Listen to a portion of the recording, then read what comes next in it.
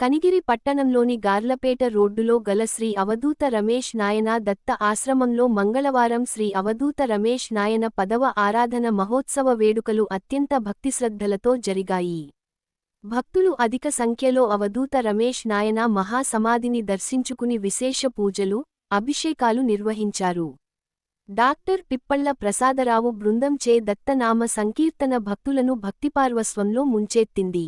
ఈ సందర్భంగా భక్తులకు భారీ అన్నదాన కార్యక్రమాన్ని నిర్వహించారు. మున్సిపల్ చైర్మన్ షేక్ అబ్దుల్ గఫార్తో పాటు పలువురు ప్రముఖులు ఈ వేడుకలలో పాల్గొని పూజలు నిర్వహించారు.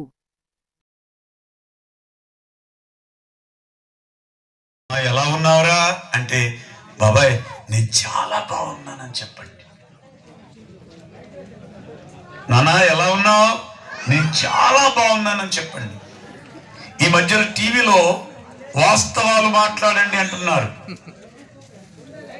కానీ వాస్తవం అంటే ఒంట్లో బాగోలేదు, ఎవరికో జ్వరం వచ్చింది, ఎండలో తిరిగి వచ్చాడు, తలపోటుగా ఉంది.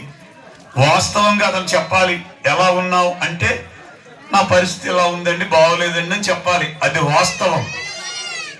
కానీ ఆ టైంలో కూడా వాస్తవం సత్యం అంటే నేను చాలా బాగున్నాను. ఎందుకు చెప్పాలి? పూర్వం మన తాతలు, మన ముత్తాతలు, మన అమ్మమ్మలు మనం ఏదైనా పొరపాటు మాట్లాడితే, నోరు జాగ్రత్త పెట్టుకో, పైన దేవతలు తిరుగుతున్నారు అనేవారా? విన్నారా ఈ మాట? ఎవరైనా మాట్లాడరేడు. గోవిందా, ఇది సూపర్ గా అంటున్నారు. పొద్దునుంచి గోళంలో ఉన్నాం. తదాస్తు దేవతల పని ఏమిటి అంటే, మన నోట్లోంచి ఏ మాట వచ్చినా వాళ్ళు తదాస్తు అంటారు. మన శబ్దంతో వాళ్ళు లింక్ అయి ఉంటారు. ఇంకొకటి ఏమిటంటే, ఏ శబ్దం అన్నా వాళ్ళు తదాస్తు అంటారు. తదాస్తు అంటే అర్థం అలా జరుగు గాక, శాసనం అన్నమాట. ఇప్పుడు ఒక అక్కను పలకరించాను, అక్క ఎలా ఉన్నావు అని. నానా నేను చాలా బాగున్నాను రా అంది. వాళ్ళు ఏమన్నారు? గట్టిగా చెప్పాలి, ఇంకా గట్టిగా తదాస్తు అన్నారు. ఇప్పుడు ఆ అక్క ఎలా ఉంటుంది? చెప్పాలి గట్టిగా, చాలా బాగుంటుంది. ఎందుకని తన నోట్లోంచి నేను బాగున్నాను అని వచ్చింది, దానికి వాళ్ళు సపోర్ట్ చేశారు తదాస్తు అని. అక్క చాలా. కానీ ప్రస్తుత పరిస్థితి ఎలా ఉందో మిమ్మల్ని ఎవరిని కించపరచట్లా. మీలో 99 మంది అందులోనే ఉన్నారు. మీరు అమ్మా ఎలా ఉన్నావురా అని అలాంటి ఎవరైనా పలకరిస్తే, మోకాళ్ళు నొప్పులండి, ఈ మధ్యలో నడువు నొప్పి కూడా వచ్చిందేమో, దీని దుంపదేగా వదలట్లేదు. ఇప్పుడు మీకు అర్థమయ్యే భాషలో చెప్తాను. అమ్మా ఎలా ఉన్నావురా అన్నాను, మోకాళ్ళు నొప్పులుండే అంది. వాళ్ళు ఏమంటారు? గట్టిగా, ఇంకా గట్టిగా. అయిపోయింది నాశనం. సంవత్సరం నుంచి తిరుగుతున్నాను డాక్టర్ గారి దగ్గరికి. ఈ డాక్టర్ గారి వల్ల అవ్వట్లేదు. డాక్టర్ని మార్చావు, అయ్యిందా? అవ్వలేదు. హైదరాబాద్ అయ్యిందా? అవ్వలేదు. డాక్టర్ గారి పొరపాటు మందులు ఇస్తున్నారా? మంచిగా ఇస్తున్నాడు ఆయన, మరి ఎందుకు తగ్గట్లేదు? ఈ 4 మెట్ల కింద ఎడకొచ్చి ఆ అమ్మాయి దొంపదాగో ఇన్ని మెట్లు కట్టారంటమంటుంది ఆవిడ. ఎవరో ఆవిడకి 30 ఏళ్ళు కూడా ఉండవు. 30 మూరలు కనకాబరాలు ఇట్టుకొచ్చింది ఇందాక. ఈ 4 మెట్లెక్కి ఆ అమ్మ చంపేశారమ్మ, ఇన్ని మెట్లు కట్టేశారు. దానికి కారణం ఏంటి?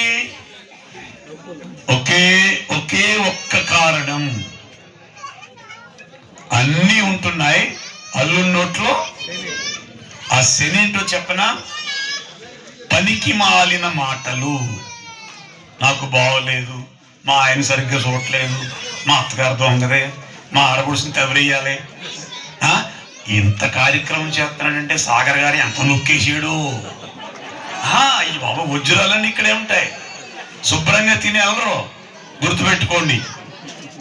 ఈ వాక్క్షేత్రానికి తదాస్తు దేవతలు చాలా లింక్ అయి ఉంటారు. ఈ క్షణం నుంచి దయ ఉంచి ఇందాక వాస్తవం గురించి కొంచెం వివరంగా ఇస్తే బాగుండునని అనిపించింది కదా. వాస్తవం అంటే ఏంటో, సత్యం అంటే ఏంటో మీకు చెప్పనా అర్థమయ్యే భాషలో? సూర్యుడు ప్రొద్దుటే ఏం జరుగుతుంది? గట్టిగా చెప్పాలి, ఇంకా గట్టిగా. సూర్యుడు ప్రొద్దుటే సాయంత్రం ఇంకా గట్టిగా. ఇది సత్యమా వాస్తవమా? సత్యం కాదు, ఇది వాస్తవం. సూర్యోదయం సూర్యాస్తమయం సత్యం కాదు. ఎందుకంటే సూర్యుడు ఉదయించడు, సూర్యుడు అస్తమించడు. ఇది చాలా మందికి తెలియదు. సూర్యుడు ఎప్పుడు అలాగే ఉంటాడు. భూమి తన చుట్టూ తాను తిరుగుతూ సూర్యుని చుట్టూ తిరగడం వల్ల ఇలా ఉంటే వెలుగు, ఇలా ఉంటే చీకటి.